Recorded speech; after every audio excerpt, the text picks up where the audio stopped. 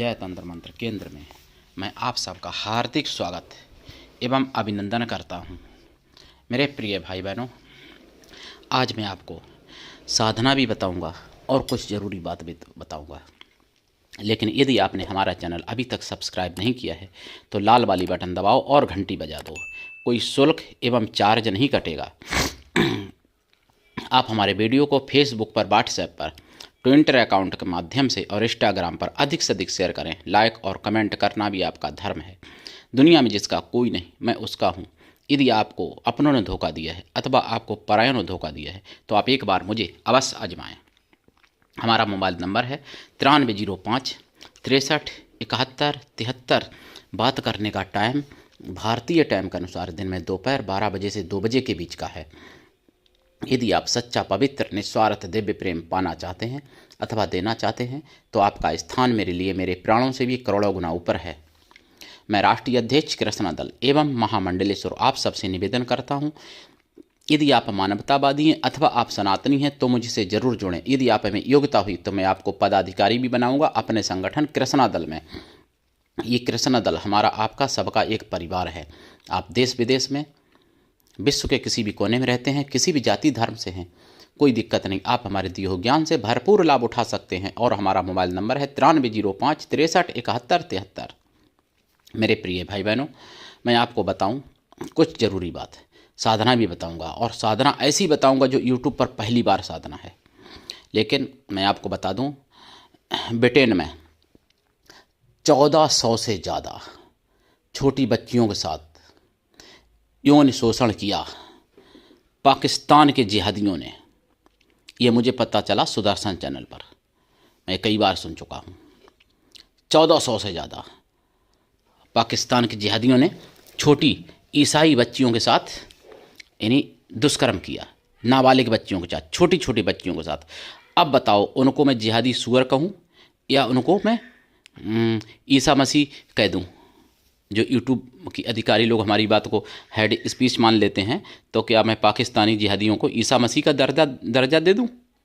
अच्छा रहेगा कि मैं जिहादी सूअर बोलूं उनको? बताइए, आप फैसला करिए, मैं क्या कहूं उनको, जिन छोटी छोटी ईसाई मासूम बच्चियों के साथ दुष्कर्म किया, और एक दो के साथ नहीं, 1400 बच्चियों के साथ। तो ऐसे लोगों को मैं जिहादी सूअर बोलता हूँ। मैं सभी को नहीं बोलता हूँ, और ऐसे को मैं जिहादी सूअर ही बोलूँगा अपने जीवन में जो ऐसे दुष्कर्म करते हैं। भाई देखो, दो तरफ से अगर होता है कोई प्रेम संबंध जो भी है तो होता है, वो अलग बात। लेकिन छोटी छोटी बच्चियों का ब्रेन वॉश करके और उनके साथ दुष्कर्म करना, उनके मानसिक, उनको और शारीरिक और यौन शोषण करना, इसको मैं मानता हूँ, जो करने वाला होता है उसको मैं जिहादी सूअर ही मानता हूँ। सूअर की विष्ठा में पलने वाला कीड़ा मानता हूँ ऐसे लोगों को मैं। ये बात हमेशा ध्यान रखो। कोई भी हो, हिंदू हो, मुस्लिम हो, ईसाई हो, कोई भी हो, ऐसा अगर व्यक्ति है तो ऐसे पाकिस्तान के मुस्लिम लोग पाए गए हैं ब्रिटेन में, और चर्चा में भी ये चीज़ है बहुत ज़्यादा। हालांकि ब्रिटिश प्रधानमंत्री ने उनका बचाव किया है, लेकिन ब्रिटिश के और विपक्षी लोगों ने और सब लोगों ने प्रधानमंत्री की आलोचना भी की है, और ब्रिटिश प्रधानमंत्री ने बचाव किया अपनी राजनीतिक लालच के चक्कर में। राजनीति के लालच हर जगह है। लेकिन एक बात मैं बताऊं, जिहादी लोगों से पूरी दुनिया त्रस्त है, ये बात माननी पड़ेगी। और यूट्यूब के हमारे अधिकारी भाई बहन जो होंगे, अधिकारी लोग यूट्यूब के, उनको भी ये बात समझनी चाहिए। मैं कोई बात गलत नहीं बोलता हूँ, मैं प्रमाणिक बात बोलता हूँ, सटीक बात बोलता हूँ, सत्य बोलता हूँ।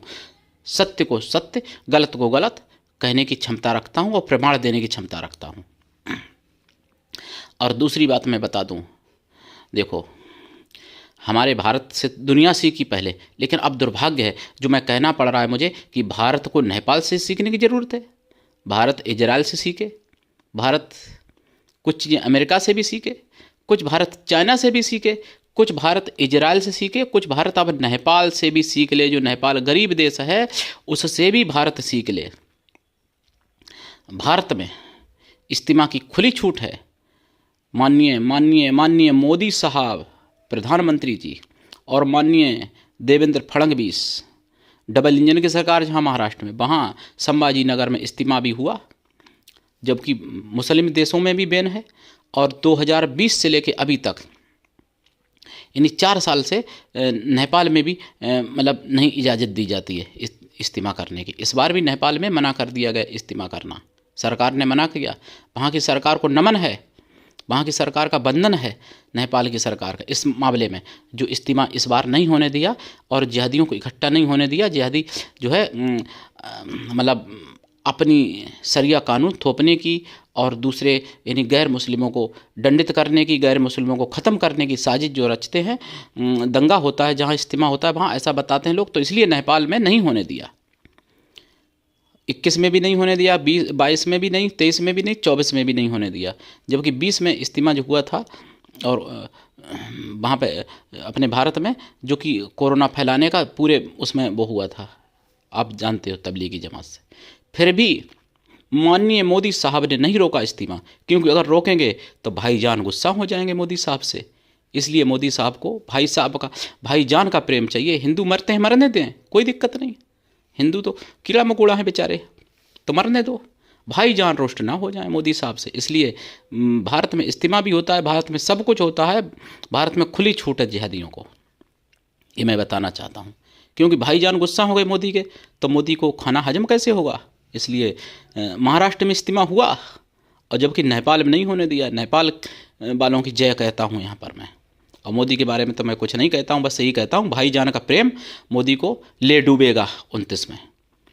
हालांकि 24 में भी मज़ा चखा दिया भाईजान के प्रेम ने मोदी जी को, और यूट्यूब के माध्यम से मैं कह रहा हूँ 29 में मोदी को ले डूबेगा ये भाईजान का प्रेम, देख लेना। तो ये सारी चीज़ें समझने की बात है, समझो। अगर जाग सकते हो हिंदू जाग जाओ। और दिल्ली में भी कुछ ऐसा गेम हो सकता है शायद अभी विधानसभा के चुनाव में, क्योंकि जो अच्छे अच्छे कार्यकर्ता उनको टिकट काट के और बेचारे जिन्होंने मेहनत की उनको नहीं दिया, ज़मीनी स्तर पर जो कार्य कर रहे हैं उनको नाम मतलब उन्होंने प्रचार किया और टिकट नहीं मिल पाई, जैसे दीपक सिंह हिंदू। तो दिल्ली में भी देखो क्या होता है। हालांकि मैं तो ईश्वर से चाहता हूँ बीजेपी की सरकार बने, क्योंकि 3-5 जो भी बीजेपी कर रही है देश के लिए अच्छा कर रही है, लेकिन भाईजान रुष्ट ना हो जाए। भाईजान को खुश ज़्यादा कर रही है बीजेपी, क्योंकि सभी लोग कर रहे हैं, विपक्षी लोग, तो बीजेपी भी लाइन में लगी है कि हम भी क्यों पीछे रह जाएं भाईजान को खुश करने से। तो इसलिए सारे हिंदू जागो, और कोई एक और पार्टी ऐसी आए सामने जो अभी है उनमें नहीं, जो और कोई ऐसी आए पार्टी जो केवल हिंदुत्व की बात करे, केवल हिंदुत्व की, तो उसमें हिंदुत्व का अगर कोई ऐसा आएगा झंडा लेके, तब हिंदू धर्म का उद्धार हो सकता है, नहीं तो चल तो रही है। और सब जगह और सब पार्टियां अगर कोई सरकार बन जाती है तो नाश 5 साल में, और बीजेपी की अगर रहती है तो 10-15 साल में, लेकिन है तो नाश ही हिंदुत्व का। इस बहुत समझने की बात है। हालांकि कन्फ्यूज हिंदू तो नहीं समझेगा। मैं मोदी का अंधभक्त भी नहीं हूँ, मोदी का अंध विरोध भी नहीं हूँ, करता हूँ भाई, जो सच्चाई होती मैं बोलता हूँ। अब मैं आपको साधना बताऊं, साधना ये बता रहा हूँ महाकुंभ की साधना, महाकुंभ पर्व की साधना। देखिए हमारे आपके लोग कहते हैं कि देखो तुम्हारे बाप में ऐसी ताकत नहीं है, बहुत जब लड़ाई होती है वैसे, या कोई कहते हैं तो उनके बाप भी ऐसा नहीं काम कर सकते। तो मैं तो भैया देखो बुरा मानने की बात नहीं, हमारे आपके माता पिता ने जो नहीं चीज़ देख पाई वो हम आपका सौभाग्य है जो देख रहे हैं आज। 144 साल बाद कुंभ पड़ा है, तो ऐसे कुंभ का स्नान तो ज़रूर करना चाहिए हिंदुओं को, और कुंभ की साधना भी करनी चाहिए कुंभ क्षेत्र में रह के।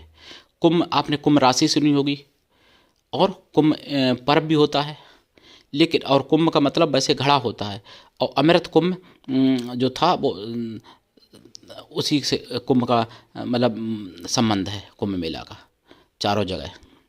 लेकिन कुंभ की मैं साधना आपको बताऊं, जो साधना आप 15 जनवरी से या 29 जनवरी से या 3 फरवरी से या फिर 26 फरवरी से आप कर सकते हो 2025 में कुंभ की साधना। ये कुंभ की साधना करने से सभी देवी देवताओं की एक साथ, सभी साधु संतों की एक साथ, सभी सतियों की, सभी शक्तियों की एक साथ कृपा हो सकती है अगर आपने कुंभ की साधना कर ली तो। पूरे यूट्यूब पर खंगाल लेना, कुंभ की साधना अभी तक किसी ने नहीं, डाली है। और मैं डालता हूँ, मेरी कॉपी कोई भी करे मैं मना नहीं करता। मनिया देव की मैंने साधारण डाली थी, आज मुझे पता चला कि एक पंडित जी कोई और हैं, उन्होंने भी मनिया देव की साधारण डाली है मेरी कॉपी करके। मैं कभी मना नहीं करता। देखो, ज्ञान को तोड़ो मोड़ो मत, कॉपी करो, कोई दिक्कत नहीं, मैं मना नहीं कभी करता कोई भी साधना।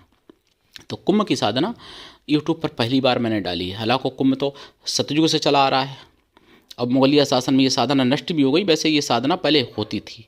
तो कुंभ की साधना करो।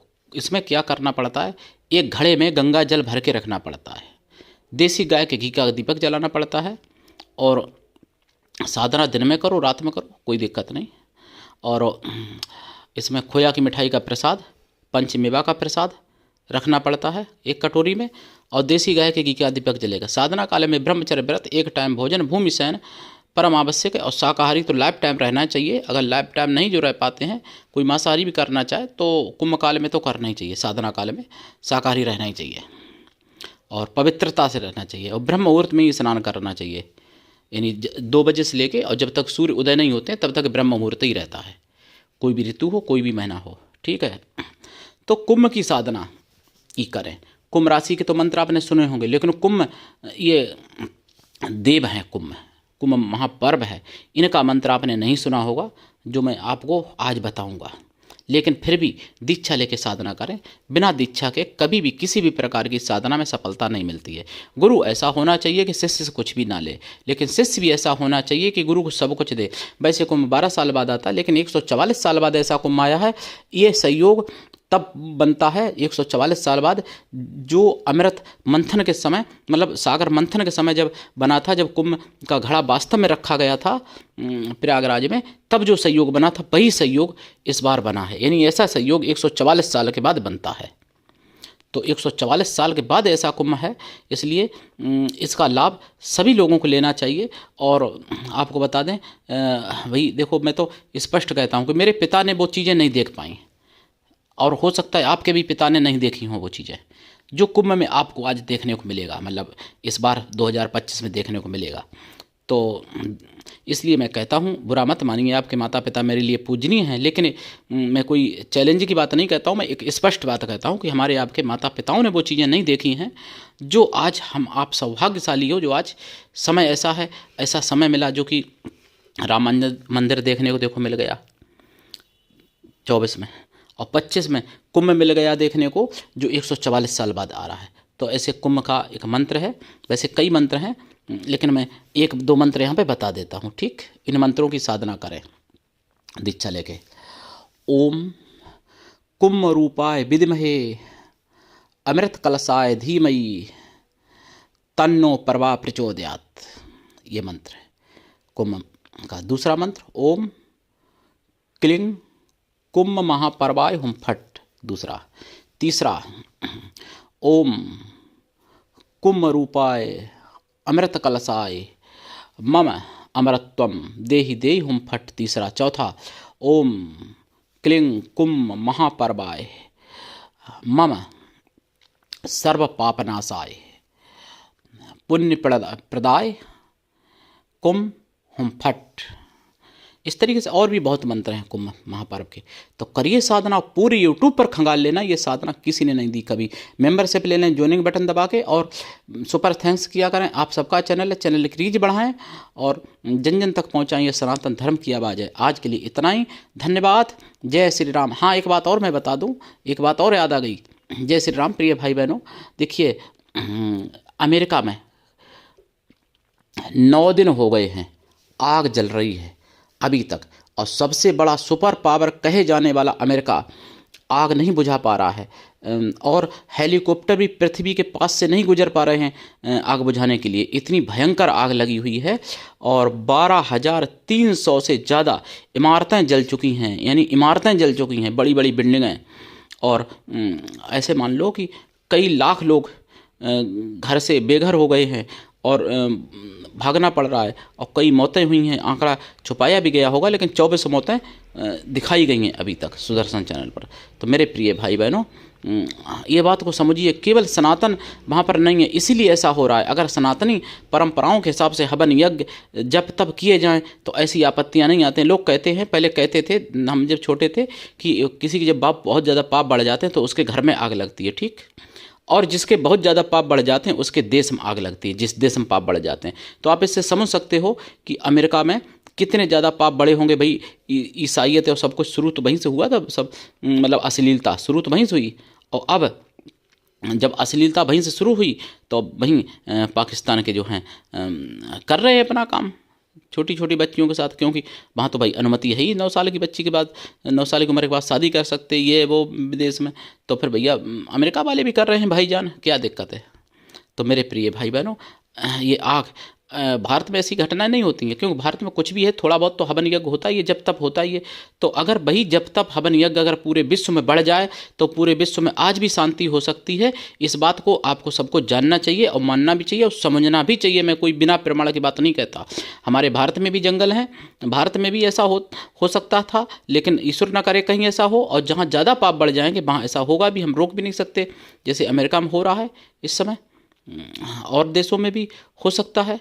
कहीं कोई आपत्ति, कहीं कोई आपत्ति। जब लोग भगवान से दूर हो जाते हैं, सनातन से दूर हो जाते हैं, तभी ऐसी आपत्तियां आती हैं। तो करिए साधना, लाभ उठाइए और मेरे हिसाब से करिए। मैं गारंटी लेता हूं ऐसी आपत्तियां नहीं आएंगी अगर मेरे हिसाब से सब साधना करेंगे तो। अब एक के करने से नहीं होगा, ये भी ध्यान रखो।